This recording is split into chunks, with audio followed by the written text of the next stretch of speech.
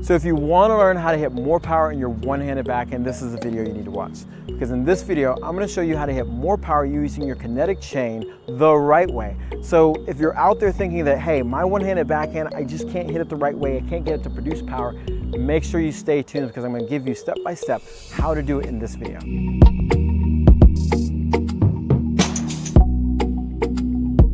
So like I talked about in the intro, you're going to learn how to hit more power on your one-handed backhand. And the reason this is so important is because the idea that most players have when they're playing a one-handed player is what? Hit to their one-handed backhand. Generally, one-handed backhand players, if they don't know how to use their kinetic chain, is weak. They can't really create any pace. Maybe they slice a little bit, maybe it's great for a changeup, but they can't really hurt you. And so a lot of players just deem that, hey, let's just hit to their one-handed backhand. Other thing is, they don't like balls above their shoulder. Well, I'll tell you this. When you start learning to use your kinetic chain and create more racketed speed with the racket, you can deal with balls that are higher, lower, or whatnot. It doesn't matter as much as long as you use your body the right way. That's why this is so important. It's just not about going out and try to hit winners. It's about the possibility or the options you're going to have by learning to use your kinetic chain the right way. So, first of all, we're going to talk about the 3 things I don't want you to try to do, or the things that I see that are the big problems with the one-handed backhand that a lot of players are doing.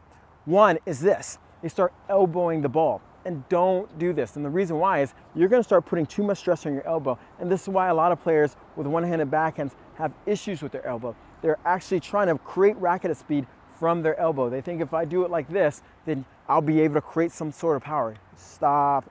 Don't do it anymore. After you watch this video, you'll learn how to do it the right way. The next thing is fishtailing. Fishtailing is basically, instead of doing the elbow now, we're going to do the wrist. And so I'm just going to flap my racket at the ball. This is a weak muscle, just like the elbow. And so by using those weak muscles, you're going to put a lot more stress on your wrist and your elbow. And finally is what I call the strong man or woman, is that they do this. It's no body. They know they're supposed to turn sideways, and they kind of flinch at the ball and kind of muscle through it, and they still don't get any power. If you're doing any one of these 3 things or something else that feels like you're not getting power, stop, pay attention. Now that we have those 3 things you shouldn't be doing out of the way, let's talk about the kinetic chain. What is it? The kinetic chain is really a sequence of how you use your body to create and store energy and release it through your hand. Now that may sound super complicated, but just like I do this right now to jump is how I stored energy, and I'm releasing that energy up. You can do that exact same thing to store energy and release the energy through your swing, and I'm going to show you how to do that. But the way we store the energy is starting with the ground force. We're going to push against the ground and use our legs to push up, which is going to turn our hip, then turn our shoulder, and then pull the racket into contact. But it's just not that simple. There's one extra element that I think a lot of players miss out on, which is what I call the leverage point. A leverage point is how I'm going to show you to hold your racket. It gives you more leverage. So meaning that on top of creating great racketed speed, if you hold the racket a certain way, it's going to increase the speed of the racket on top of what your body's doing, which basically leverages you to create a lot of energy going through the ball, and it makes it so much easier to hit the one-handed backhand with more pace. So let's get started. The first phase is the coil. The coil phase is going to involve you splitting and doing a step, an out step. Now, there's a couple things you want to realize when you're doing this. You're either moving to the ball or you're about to hit the ball. I'm going to reference about to hit the ball. So what that means is instead of taking this outside step and running to the ball and then getting set here, this is where we're going to start from. So we're going to split and take this outside step. Now, a couple key things that are important here with this outside step is that I'm loading my outside leg and I've created separation between my upper and my lower half. And what I mean by separation is that my hips are facing this direction, my shoulders are facing this direction. That separation starts to store some energy on top of me loading this leg and this knee, where it's not a huge load, but you feel it. And that starts the coiling process. You're storing the energy. From this process here, we're in a coil, we're going to take a step forward, but we're not going to transfer my weight. This is where I'm waiting for the ball to get into striking distance. All right, let's talk about the uncoiling part, which is the swing. The swing portion is also, when I get to this point here, the swing is going to drop the racket down to what I call the slot position or the butt pull position. And this is that position of the racket I was talking about that's so important. The reason it's important is because it's leverage, meaning that it works like a hammer. In a hammer, if I pull the head down or pull the handle down, the head goes a lot faster, just like this. You're probably saying, Kevin, how does this relate to me hitting a one-handed backhand? Well, most players don't do that. They actually would use a hammer like this, and I'll explain exactly what I mean in a second. when most players hit their one-handed backhand, what they do is have the racket like this and they pull it forward, meaning that the hand and the head are moving almost in the same distance at the same time, just like this action here. Compared to this hammering action where I'm moving the hand a little bit and the head moves a lot more. You can see a big difference on how, if I'm hammering here, how the head's moving versus this direction. And so what that means in this hammering fashion that I'm showing you here, if I do it this way, but I change to my backhand grip, it works the exact same way. Whereas I'm pulling the handle, the head comes around quicker. It works with that same leverage idea as a hammer. And so if we're in this position where I've stored the energy in my leg, in my separation, and I'm about to step forward, I'm gonna drop the racket, which creates some momentum, and then turn my hip into the ball, and then let that leverage position work its way through the shot, and then open up and finish. This is huge. Learning to drop and get the leverage, and then turning the hip. Just by turning the hip, you can really accelerate the racket and feel as if you're just releasing the ball through the shot.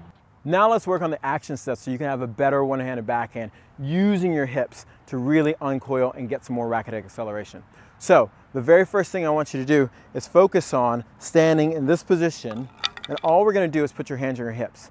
If you've watched the Effortless forehand power video, this is going to seem very similar, but one change. For the one-handed backhand, we also want to make sure our toe is facing in the court, and we're going to swivel our hips. And the way we're going to do it is focusing on this knee. Notice that my knee is looking straight towards the baseline here, and I'm going to turn it in. So it's going to look like this, just turning my knee in towards my front knee. Now, in the process of turning my knee, guess what it's actually also doing? It's pulling my hip and rotating my hip. And that's what I want you to focus on. Standing here, making sure also that, again, our toes aren't facing, both are facing forward. This is facing slightly inside the court, and I'm turning my knee, which lets the heel come off the ground. Sometimes people do this, and they're trying to turn the knee, and you're like, it's not turning. You have to let that heel come off the ground. So the action is turn the knee here. That's your first sequence that I want you to go through. Get really good at just going from here and turn the knee.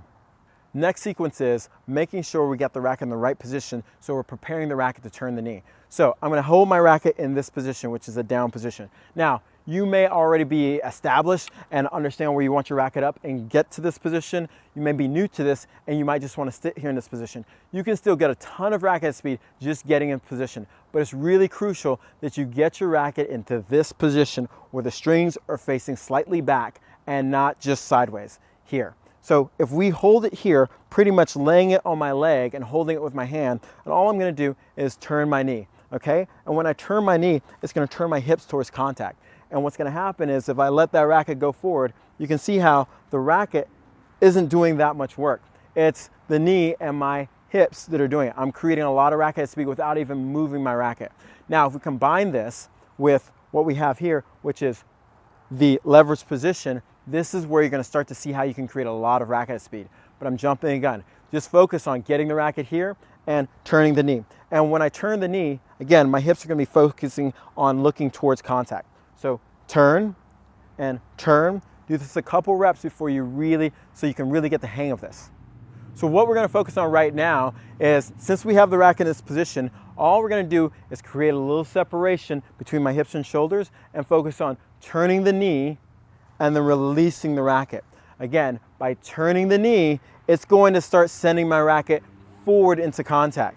The really important part is to think about this rotation starts here and then it ends here. It ends slightly past contact. So I'm pulling the racket through contact and then relaxing. So pretty much most of the energy is created through having this leverage that's now being pulled around. And you understand that even though we started just talking about pulling the leverage around this way with my arm, really the leverage is being pulled by my hips and then released. And so what this looks like is, with the separation, keeping the racket low, I'm going to turn the knee and release. Ready? One more time. Turn the knee and release. And so the way you want to practice this with yourself is simply get the racket in this position. You can take a ball in your opposite hand, toss a little higher, and turn the knee and release. Again, toss a little higher and turn the knee and release. And you can really see the racketed speed I'm gaining. Now, I don't want you to worry about getting it in. Just worry about the racketed speed right now. Ready? And and release. Once you get comfortable with just turning the knee and making sure you're doing all the same, then you start focusing on maybe what the racket face is doing at contact in the path, meaning how I'm coming up and making contact with the ball. And that's really what sends the ball in the direction with the amount of spin. But as long as you're getting tons of racket speed, this is what you want to create more power on your one-handed backhand. So in summary, it's really important that you understand that when you're taking your racket back, you want to create separation between your hips and your shoulders, and you want to load that leg. It's so important because most players, the biggest mistake they make is they run to the ball, no separation. Or they think they're separated, and during the turn, their shoulders and hips are facing the same direction, and there's no separation here. Notice the difference from here and here. It makes a huge difference. You can feel the storing of energy here that you can start to use when you actually hit the ball. Number two, make sure you get into the slot position, what I call the butt pull position. That hammering position where you leverage pulling the handle down and getting the head to move a lot more. In that position now, you can really get your racket head accelerating. Don't get caught up into this motion where most players are trying to muscle it. And this is where they start getting to the elbow position compared to getting into this nice slot position and pulling the racket forward. Number three, work on turning that knee into the shot. Turning the knee is a great exercise to help you turn your hips. If you get used to turning that knee in, it's gonna fire the hip off and ignite the rest of the swing so you can really feel the amount of racket head acceleration you get through the ball. So if you like this video, make sure you give me a like, and also make sure you visit totaltennisdomination.org to get more great videos just like this, and sign up for our free consistency course. All you have to do is hit level up, sign up, you'll get a free account, and you'll get access to my brand new free consistency course to help you improve your consistency so the next time you go out and play a match, you're not losing matches because you're not making balls. One more thing, as you're turning the knee and creating all this energy that's going to be pulling forward, what you'll notice, and as you're pulling in the slot position, you'll notice your racket head's going to want to come around. You may think, hey, maybe I'm fishtailing, but there's a big difference between fishtailing, meaning not using my body, and then turning and allowing the racket to explode through the ball. By this turn action, you're gonna feel as if this head wants to go through, and that's totally fine, but let it come through and forward. Don't stiffen it up. So a lot of times players will do this and they'll get really stiff and you'll have this type of finish. You wanna let the racket flow and come around. And that sequence is just letting it go up and around through the shot. But again, the biggest focus is on how you're gonna use and manage your kinetic chain, meaning that how you're gonna separate, get on this outside leg, drop the racket, and let it come all the way around, but initiating everything with this turn of the knee that's gonna really accelerate your racket through the ball.